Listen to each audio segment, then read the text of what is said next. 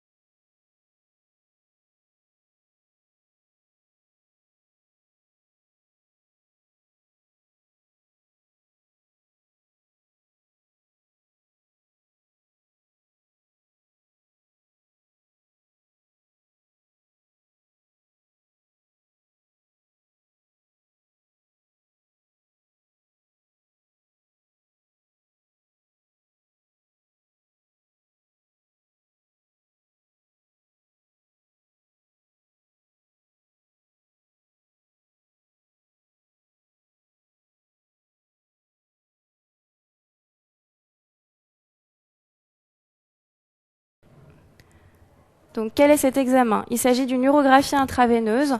Quand on vous présente un examen sans le nommer, il est important de donner le nom de cet examen. Donc, pourquoi il s'agit d'une urographie intraveineuse? Vous voyez ici les cavités piélo-calicielles qui sont opacifiées par le produit de contraste et sur un cliché d'ASP.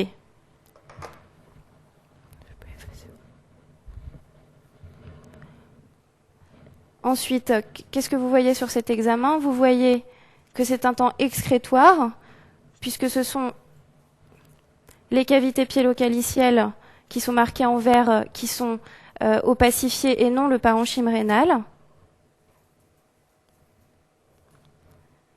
Ensuite, vous voyez sur cette imagerie une dilatation bilatérale des cavités piélo-calicielles avec une hydronéphrose bilatérale et des uretères fins.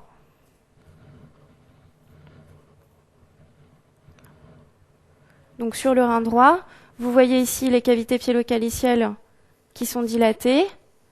Et en dessous, vous ne voyez pas l'uretère qui se trouverait ici.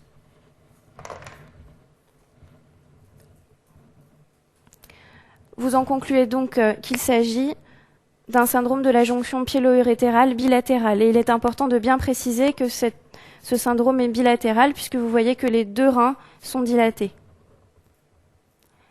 Quelle est à votre avis l'origine de cette insuffisance rénale? Vous devez justifier la réponse en 2 minutes.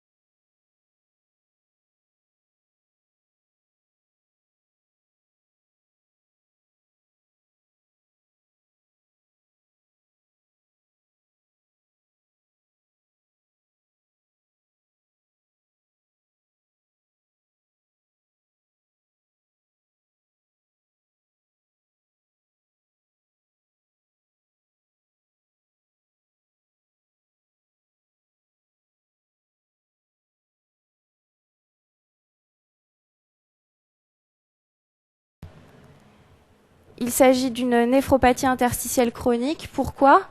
Puisqu'il s'agit d'une jeune patiente aux antécédents d'uropathie malformative. Il s'agit donc du syndrome de la jonction pyélo-urétérale.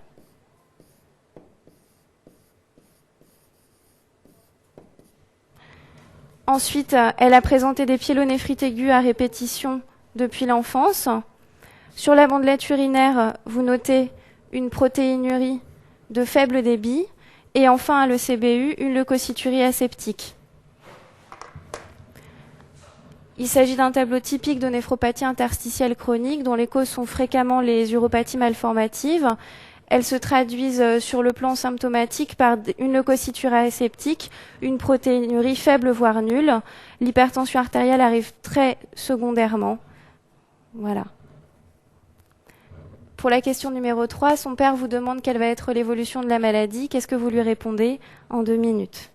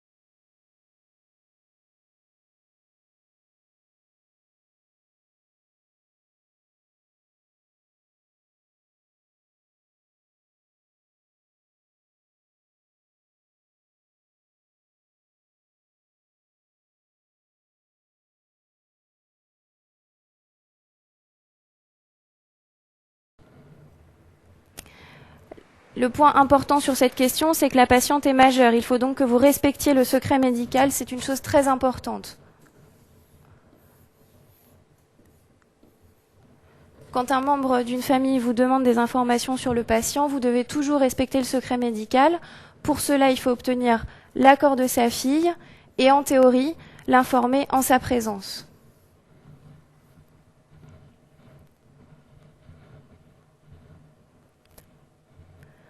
Ensuite, les complications. D'abord, les complications rénales.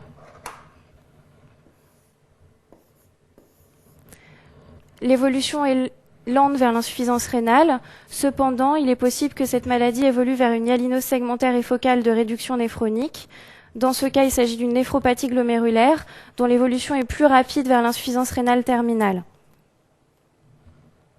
Ensuite, il faut penser aux complications urologiques. La patiente risque, en l'absence de traitement de son syndrome de jonction, de refaire des coliques néphrétiques, des infections urinaires, voire une nécrose papillaire. Quelques mois plus tard, la patiente se présente aux urgences pour des douleurs lombaires gauches. La température est à 37,3, les urines sont rouges, la fosse lombaire gauche est douloureuse et la bandelette urinaire retrouve une hématurie à 3 croix, une leucocyturie à 2 croix, une protéinurie à 1 croix, pas de nitrite. Quelles sont vos hypothèses? En 30 secondes.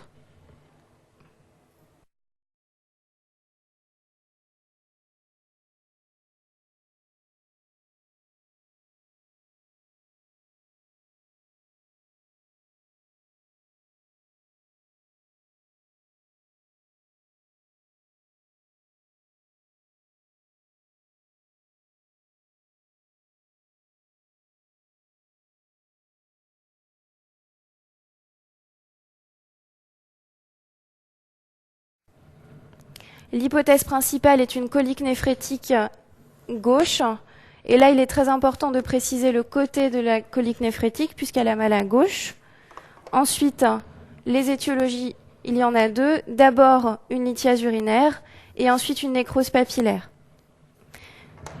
La nécrose papillaire correspond à une nécrose d'une des papilles du rein qui peut obstruer les voies urinaires et être responsable d'une dilatation des cavités en amont et donc des douleurs qui engendrent une colique néphrétique. C'est une complication rare mais classique des néphropathies interstitielles chroniques et en particulier de la néphropathie aux analgésiques.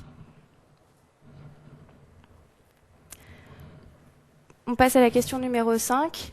Plusieurs années plus tard, la patiente vient vous voir de nouveau puisqu'elle a développé une hypertension artérielle. Les examens biologiques montrent une natrémie à 143, une kaliémie à 3,9, une urée à 12, une insuffisance rénale qui s'est majorée avec une créatinine à 200 micromoles, des protides à 65 grammes par litre et une protéinurie à 3,5 grammes par 24 heures. Que suspectez-vous en 30 secondes?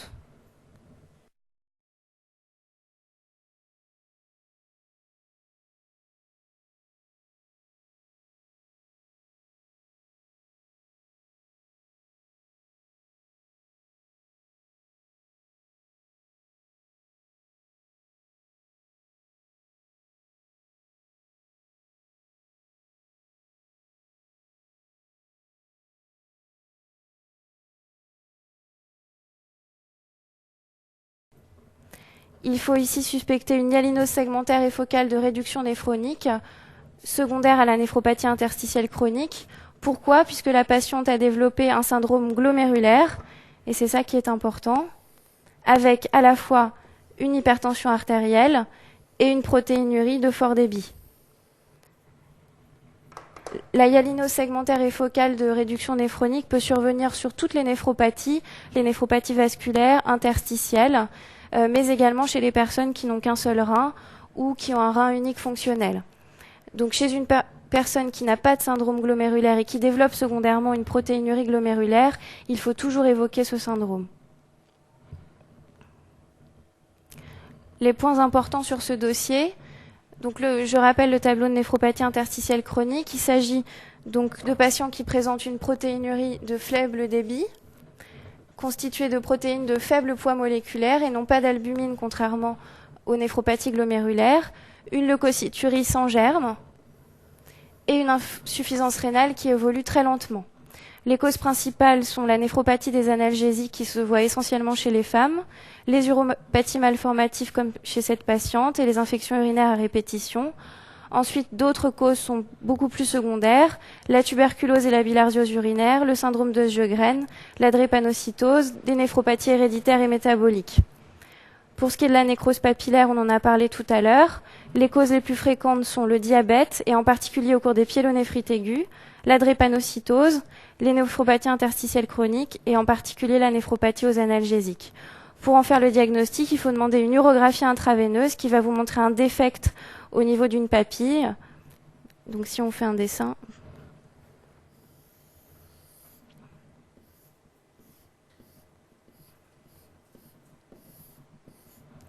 Vous aurez ici une image de défect qui correspond à la nécrose papillaire.